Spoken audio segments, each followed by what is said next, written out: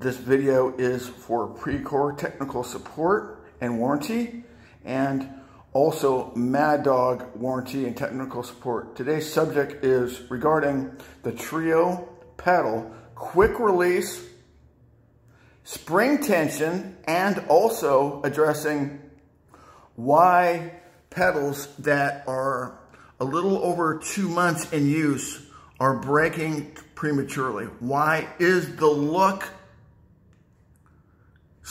pin that holds the hardware on the pedal failing catastrophically? As you can see here, right there, completely failed. So here's the circumstance. Quick backstory. Brand new studio, bikes are a little bit over 60 days old, pedals start breaking. So looking at, the first thing is to check the spring tension. And so I can see this tension. And so what I did is I went and I inspected all 40 of the bikes on the floor, and I determined that the spring tension was too tight. So the next thing I did is the next set of pedals order that we got in, I decided to check the spring tension on the pedals so I could see if the pedals were being, number one, delivered with the same spring tension as the last shipment, and indeed, if the pedals are the same spring tension, because I will say this, is that the spring tension on these pedals, this look hardware is failing, is because the spring tension is too tight. Looking here, next pedal. That spring tension is much too tight. And I'm looking at this spring tension, it's much too tight.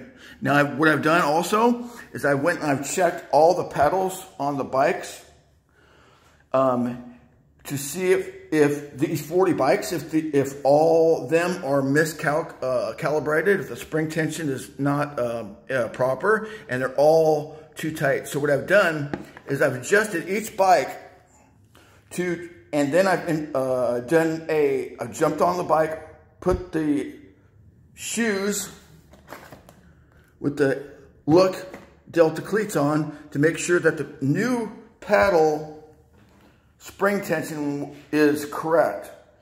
I did that on all 40 bikes. So my conclusion here is that because the pedals have been delivered with the calibration, with the pedals miscalibrated, e.g. the spring tension too tight, what's happening is the spring tension has been too tight. It's consequently, or subsequently, causing the hardware to fail on the look side. This shipment we just received around May 15th, 2019. So here's a second part of my summary, is that we're receiving shipments with the springs improperly calibrated. The spring tension is incorrectly tensioned, it's too tight, and it's causing the hardware to fail. Now that I have got some experience here, I can say I know how to calibrate the spring tension properly, but here's the thing, that we've already gone through, in the past 4 years, purchasing pedals, probably close to 40 sets of pedals.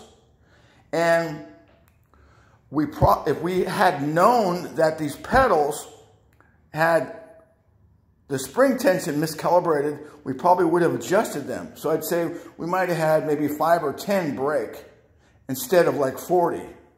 So that's the difference between, I would say probably right now we got about $10,000 in labor and pedal replacement.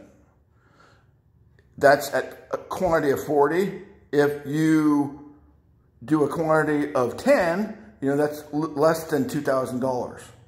So there's quite a difference. So I would just say, last thing is that Pedals being shipped with the wrong spring tension is the category of gross negligence.